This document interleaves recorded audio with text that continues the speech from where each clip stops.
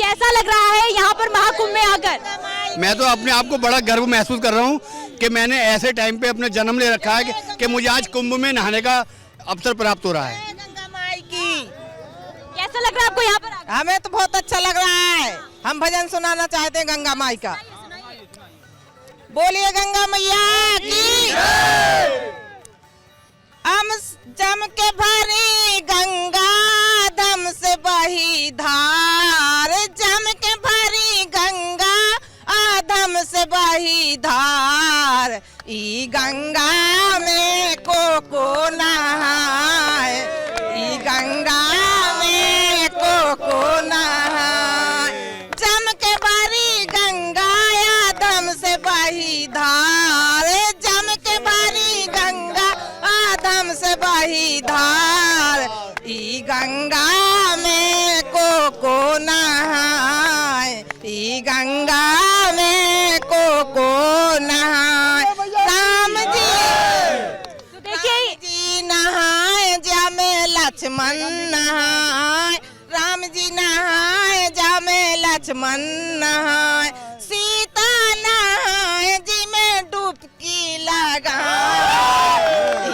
तो ये आस्था है, और ये आस्था देखिए किस तरीके से यहाँ पर बड़े हो बुजुर्ग हो छोटे हर कोई यहाँ पर आ रहे हैं। और यकीन मानिए 10 से 12 किलोमीटर पैदल इन लोग को चलना पड़ रहा है, लेकिन फिर भी देखिए यहाँ पर अच्छा लग रहा है। जी एक भजन हम सुनाना जा रहे हैं कि मिला है मुझको किस्मत से देश यह देव। तस्वीरें लगातार हम आप तक पहुंचा रहे किस तरीके से यहाँ पर भजन में लीन होते हुए श्रद्धालु नजर आ रहे हैं। लेकिन इसी बीच आपको बता दें कि प्रयागराज में यानी कि महाकुंभ में लगातार ऐसी तस्वीरें में सामने आ रही है जो काफी चर्चाओं में बनी हुई है। एक साध्वी ऐसी भी है जो सोशल मीडिया पर काफी चर्चाओं में है। वजह यह है कि एक्टिंग की दुनिया छोड़कर अब वो सनातन धर्म को किस तरीके से आगे बढ़ा रही है और किस तरीके से अब चर्चाओं में बनी है। क्यों चर्चाओं में बनी है, एक रिपोर्ट के जरिए आपको दिखाते हैं।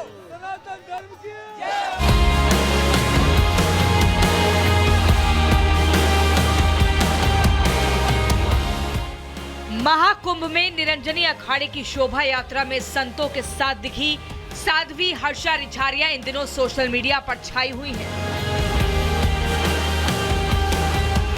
उन्होंने एक सवाल के जवाब में जब से ये दावा किया कि वो आध्यात्मिक यात्रा पर हैं, सोशल मीडिया यूजर्स लगातार उनकी पुरानी फोटो को शेयर करके लगातार उस पर कमेंट्स कर रहे हैं। कोई उन्हें सबसे खूबसूरत साध्वी करार दे रहा है तो कोई उनकी पुरानी तस्वीरों और वीडियो को शेयर करके तरह तरह के कमेंट्स कर रहा है। आपको बता दें पिछले शनिवार तक हर्षा रिछारिया के नाम से ज्यादातर लोग अनजान थे, लेकिन बीते शनिवार को जैसे ही वो महाकुंभ में साध्वी के भेष में दिखी वो सोशल मीडिया पर ट्रेंड करने लगी।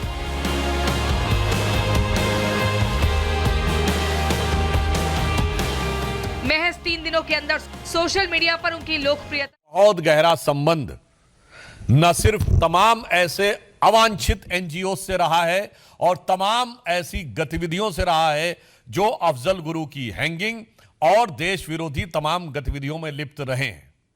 आप सभी को ध्यान होगा कि फरवरी 2015 में जो टुकड़े टुकड़े होंगे का नारा लगा था वो अफजल गुरु की बरसी के ऊपर था और जिसकी फाइल को महीनों तक आम आदमी पार्टी ने बचा के रखा था।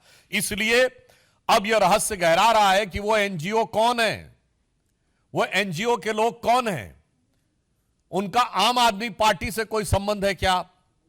क्योंकि यह बात हम ऐसे हवा में नहीं कह रहे हैं। आम आदमी पार्टी की मुख्यमंत्री आतिशी मरलेना जी के दोनों पेरेंट्स ने अफजल गुरु की क्लीमेंसी के पिटीशन का समर्थन किया था, तो यह बात सीधे संबंध जुड़ता हुआ दिखाई पड़ रहा है। यानी वहां के सर्वोच्च नेतृत्व के साथ, और उस जमाने में याद करिए वो सब लोग, प्रशांत भूषण, शांति भूषण, अन्य ने बहुत सारे लोग थे, आप बड़ी लंबी लिस्ट है, वो सब उस समय आम आदमी पार्टी के सदस्य थे। यानी आम आदमी पार्टी का एक संगठन के रूप में उनके साथ संबंध बहुत साफ दिखाई पड़ रहा था।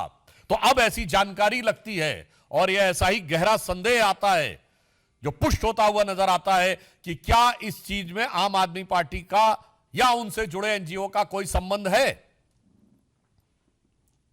केजरीवाल जी आकर तमाम बार अनाप शनाप बातें, अनर्गल मिथ्या बातें कर जाते हैं। आज उनसे मैं साफ साफ शब्दों में पूछना चाहता हूं कि आम आदमी पार्टी आकर स्पष्ट करे कि ये जो भयानक और खतरनाक तथ्य उभर के सामने आया है, इसके पीछे जो मैकेनिज्म नजर आ रहा है, चूंकि उन लोगों का सीधे वैचारिक सामने आपसे नजर आ रहा है, तो आपसे उनका क्या संबंध है?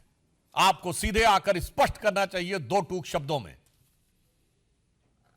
और उसके साथ साथ यह भी सवाल है कि अगर अल्पवयस्क बच्चे ये कर रहे हैं, तो ये जो भी सो कॉल्ड एनजीओज हैं, जो मेरे विचार से देश के लिए खतरनाक काम कर रहे हैं, और इनका जो आम आदमी पार्टी के साथ पुराना स्थापित संबंध रहा है, वो देश के नौनिहालों के मन में किस प्रकार का जहर भर रहे हैं और उस जहर के कितने घातक प्रभाव आने वाले समय में पड़ सकते हैं। इसलिए हमें इन सारी चीजों का सीधा, स्पष्ट और सपाट जवाब आम आदमी पार्टी से चाहिए कि इस प्रकार की जो घटना हुई, उसमें जो लोग संलिप्त हैं, उनसे आपका क्या संबंध है,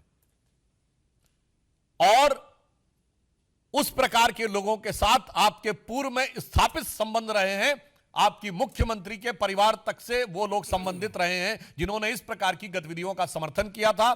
आपने टुकड़े टुकड़े का नारा लगाने वालों की, चूंकि दिल्ली में सरकार थी, तो महीनों तक आपने अदालती कार्रवाई को रोक के रखा था। इसलिए आज सीधा सवाल है, आम आदमी पार्टी का उनसे संबंध प्रतीत होता है और यह जानकारी लगती है कि उनके बीच में ऐसा संबंध है, तो उन्हें आकर इस बारे में स्पष्ट जवाब देना चाहिए। और अगर वो स्पष्ट जवाब नहीं दे रहे हैं, तो फिर हमें मानना चाहिए कि संदेह उतना और गहराता है, और जिसे कहा जाता है कि मौनम स्वीकृति लक्षणम। आगे मैं अनुरोध करूंगा कि हमारे दिल्ली के प्रदेश अध्यक्ष आदरणीय सचदेवा जी आपको संबोधित करें। धन्यवाद सुधांशु जी। मित्रों, ये संयोग नहीं है। दिल्ली में जब जब विधानसभा चुनाव होने लगते हैं, उससे पहले दंगे का माहौल बनाना और दिल्ली को डराने और दहलाने की कोशिश करना। उत्तर पूर्वी का दंगा हम भूले नहीं हैं, शाहीन बाग हम भूले नहीं हैं, और अब जब ज़मीन खिसक रही है, आज जो जांच दिल्ली पुलिस की वक्तव्य से पता चलता है,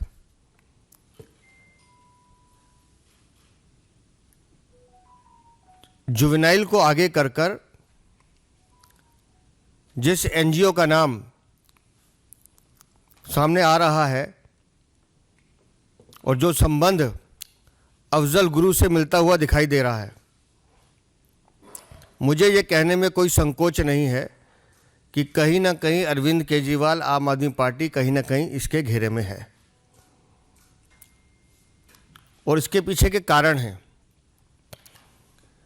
मैं बार बार कहता हूं कि दिल्ली में अवैध रोहिंग्या बांग्लादेशी बसाने का काम अरविंद केजरीवाल खुद करते हैं। अभी जो बांग्लादेशी एजेंट पकड़े गए, उनके पास जो कागज़ पकड़े गए, इनके 2 विधायक महेंद्र गोयल और जय भगवान उपकार, उन दोनों के हस्ताक्षर हैं, वो सर्टिफाई कर रहे हैं, नकली आधार कार्ड बनवाए जा रहे हैं। हर वो व्यक्ति जो देश का दुश्मन है, देश को तोड़ने की साजिश रखता है, वो कहीं ना कहीं अरविंद केजरीवाल और आम आदमी पार्टी का भागीदार मिलता है। विदेशी फंडिंग से ये पैसा लेते हैं वो एजेंसी जो देश के दुश्मन हैं, जो देश का भला बुरा चाहते हैं। गुंडों को पालने का काम ये करते हैं। एक विधायक नहीं है, लंबी चौड़ी 20-21 लोगों की फहरिस्त है। मकोका में बंद है इनका विधायक, उसकी पत्नी को टिकट देते हैं। मजबूरी देखिए अरविंद केजरीवाल की, घुटनों पर बैठा है, घुटनों पर बैठा है उसके। क्यों? क्योंकि वो नरेश बाल्यान इसका नाम ना ले ले।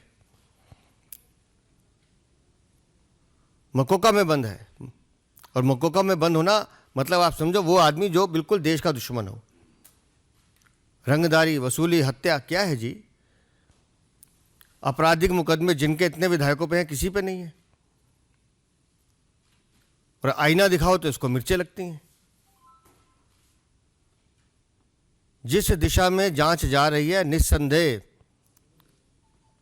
वो एनजीओ, आतिशी मारलेना, अरविंद केजरीवाल, आम आदमी पार्टी कहीं ना कहीं एक सूत्र में बनते हुए नजर आएंगे। दिल्ली को दहलाने की कोशिश, 400 स्कूलों में फर्जी मेल करवाना, और वो भी एक जुवेनाइल से, एक सोची समझी साजिश है। कितने लाखों लोगों को परेशान किया गया, पूरी एजेंसीज को इस काम पे लगाया गया कि किसी तरह से दिल्ली में भय का माहौल हो जाए, एक ऐसा माहौल बन जाए लोग डरें। क्यों? क्योंकि इन्हें चुनाव जीतना है। अरविंद केजरीवाल दिल्ली के नहीं, देश के भी दुश्मन हैं। और जब बांग्लादेशी एजेंट पकड़े जा रहे हैं, वो बता रहे हैं कि इनके विधायक हमसे ये काम कराते हैं, एक शब्द इनके मुंह से नहीं निकल रहा है उस विधायकों के लिए, ना बाल्यान के लिए निकलता है।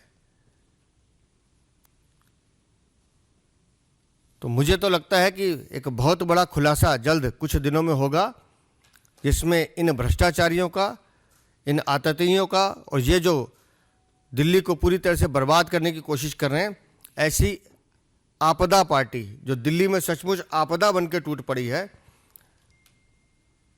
वो जब जांच सामने आएगी तो वो सत्य भी सामने आएंगे और इस आपदा से मुक्ति दिल्ली को मिले, ये बहुत ज़रूरी है, क्योंकि इन्होंने दिल्ली को बर्बाद करने का काम किया है। प्रश्न साधन मंत्री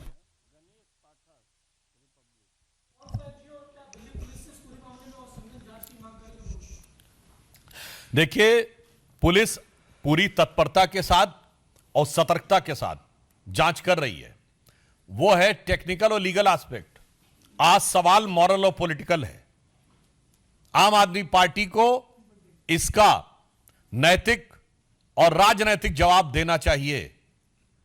जहां तक विधिक यानी कानूनी बात है, तकनीकी पक्ष है, उसके ऊपर जांच एजेंसियां अपना काम कर रही हैं। जैसा अभी सचदेवा जी ने बताया, यह कोई नई बात तो नहीं है। ताहिर हुसैन जो दिल्ली के दंगों का मुख्य आरोपी था, वो आपका विधिवत सभासद था। सोचिए कितनी बड़ी आपदा है ये लोग। मनीष सिसोदिया जी की बाइट अवेलेबल है, शाहीन बाग मेरे दिल में है। जामिया के बाहर जो हुआ था, याद करिए, उसमें जो एक भरकर एक टेम्पो में पत्थर वगैरह आए थे, उसमें अमानतुल्लाह खां का नाम आया था। तो ये कोई नई बात नहीं। और मैं पुनः कह रहा हूं, भारत तेरे टुकड़े होंगे का जो जेएनयू में नारा लगा था फरवरी 2015, उसमें सब यही एनजीओ लॉबी वाले शामिल थे। और वो अफजल की बरसी पर था। आप में से बहुत से लोग भूल गए होंगे कि वो ओकेजन क्या था। और उसकी कार्रवाई कोर्ट में ना होने पाए, महीनों तक फाइल दबा के रखी थी आम आदमी पार्टी की सरकार ने। और जैसा बताया उन्होंने कि उनके विधायक माफियाओं से भी बात करते हुए मिले हैं। और वो भी जानकारी मीडिया में आई है कि बांग्लादेशी घुसपैठियों के बारे में जांच के लिए शायद आज ही उनके विधायक मोहिंदर गोयल जी के से पूछताछ भी की गई है। तो अब यह साफ दर्शा रहा है कि ये दिल्ली की सुरक्षा और व्यवस्था के लिए भी आपदा बनते हुए दिखाई पड़ रहे हैं।